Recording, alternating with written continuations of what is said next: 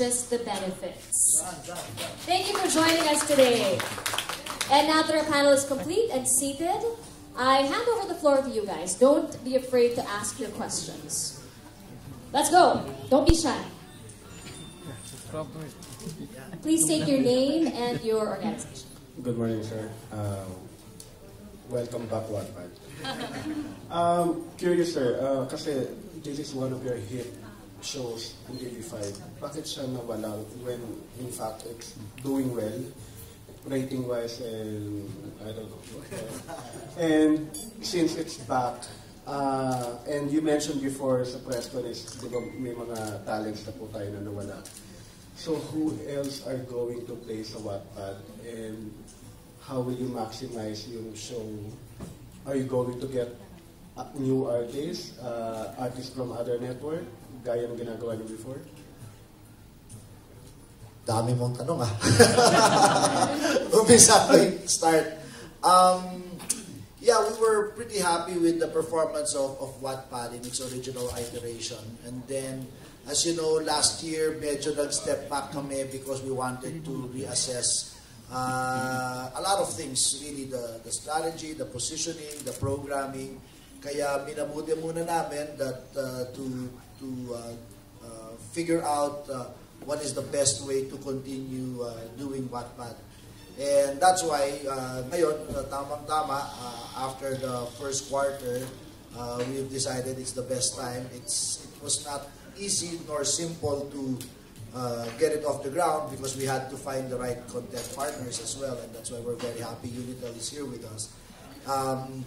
There was a lot of research that was also poured behind it to be able to discuss, to be able to relate and reach our market, our audience. We wanted to make sure that we had the best stories, yung maraming reach talaga. So there were a lot of things that had to be done behind the scenes in preparation for the launch. Kaya medyo nawala ng konti sa eksena, but now it's back and we're very confident and optimistic, excited about it. As for your other questions on the production, on mga artistas and all that, I'll turn it over to both Mel and Madonna beside me because they're in a better position to answer. Thank you.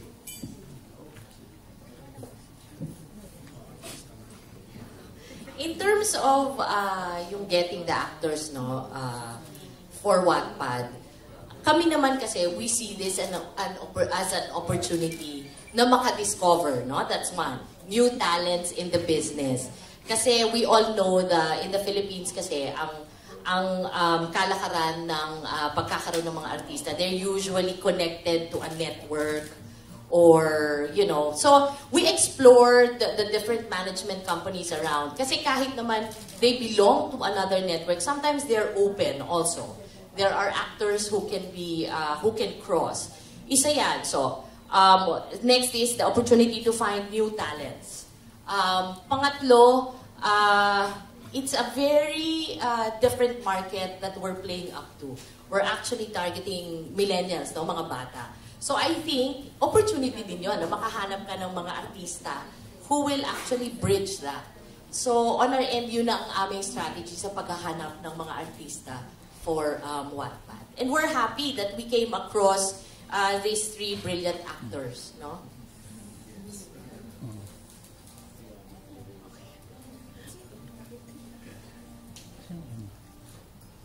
Okay, do we have any other questions, ladies and gentlemen? Coach, Robert from Tempo and also Vlogger. Are there plans na, kasi like yung mga ganitong series, like, yan na bang nagawa niyong episodes for Wattpad?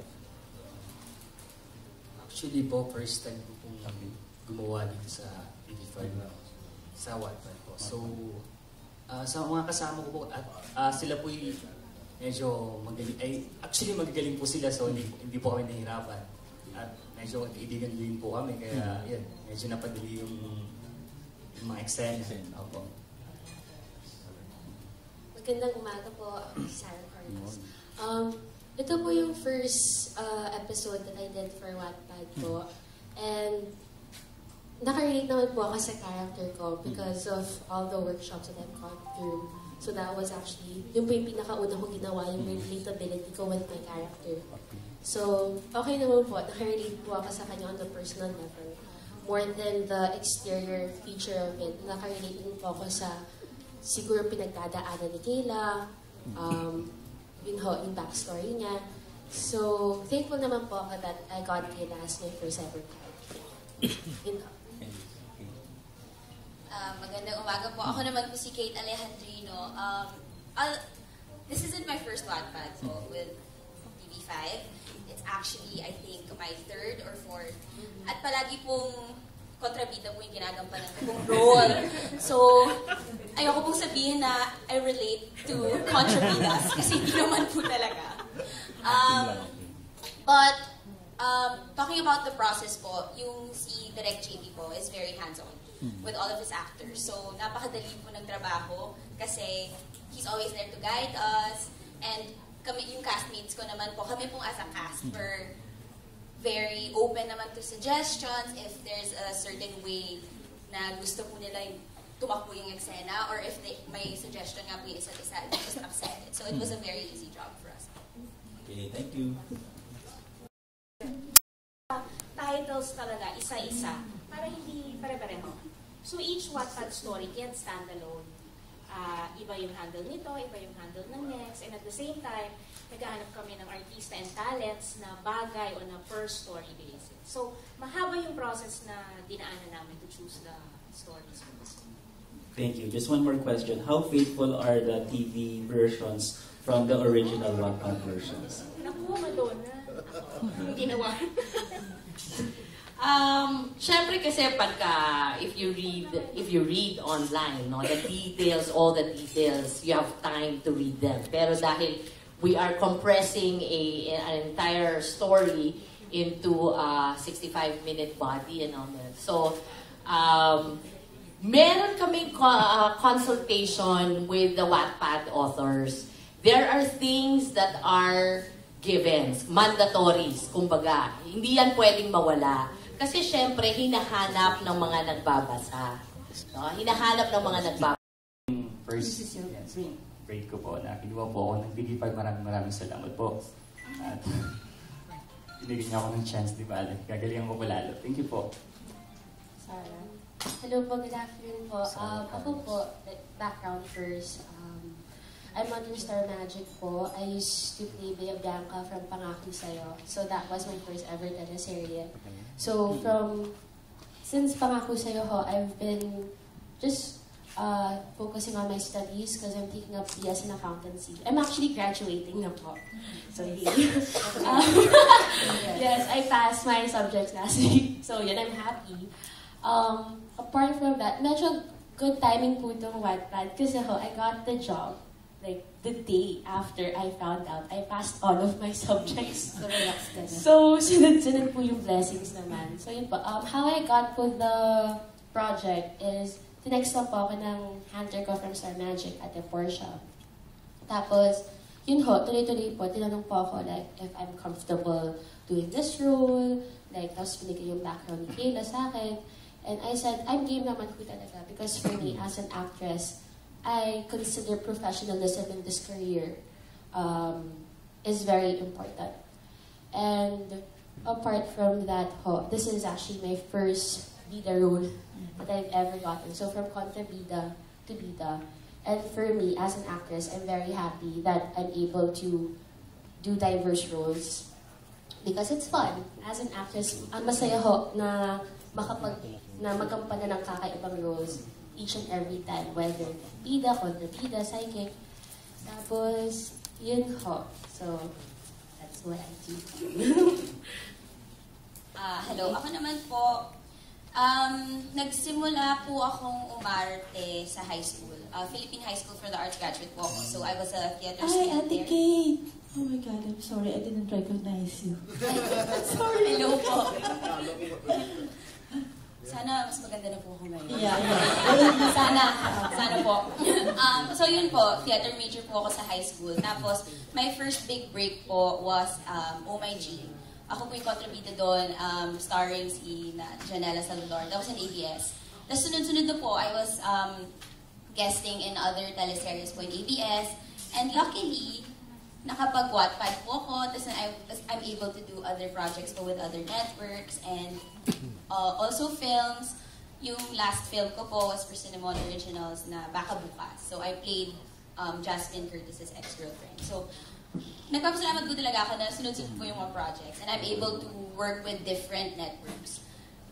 With regards naman po kung paano ko po nakuha yung role ko, kinontak po ng Unitel Productions po yung manager ko. So, ayun po. So, follow-up question kay Mama Donna. Since na-mention na they were all been contacted by the company, ano yung nakita niyo po sa kanila for them to be able to fit the role?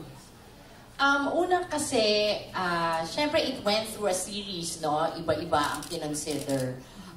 So, una, we know that they're talented.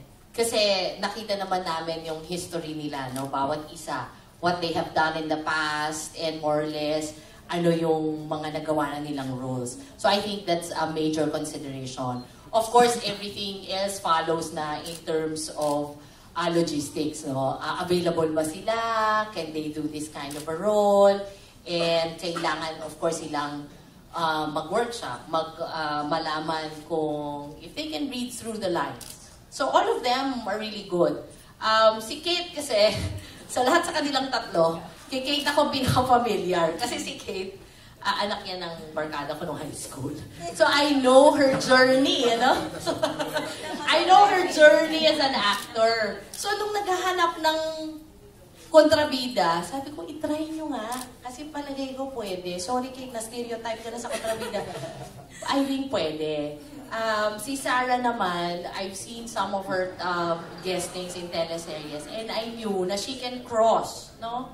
She can cross between the kontrabida and the bida role. Kaya niya yun. At maganda silang blend. Si Ben, I know, does commercials as well.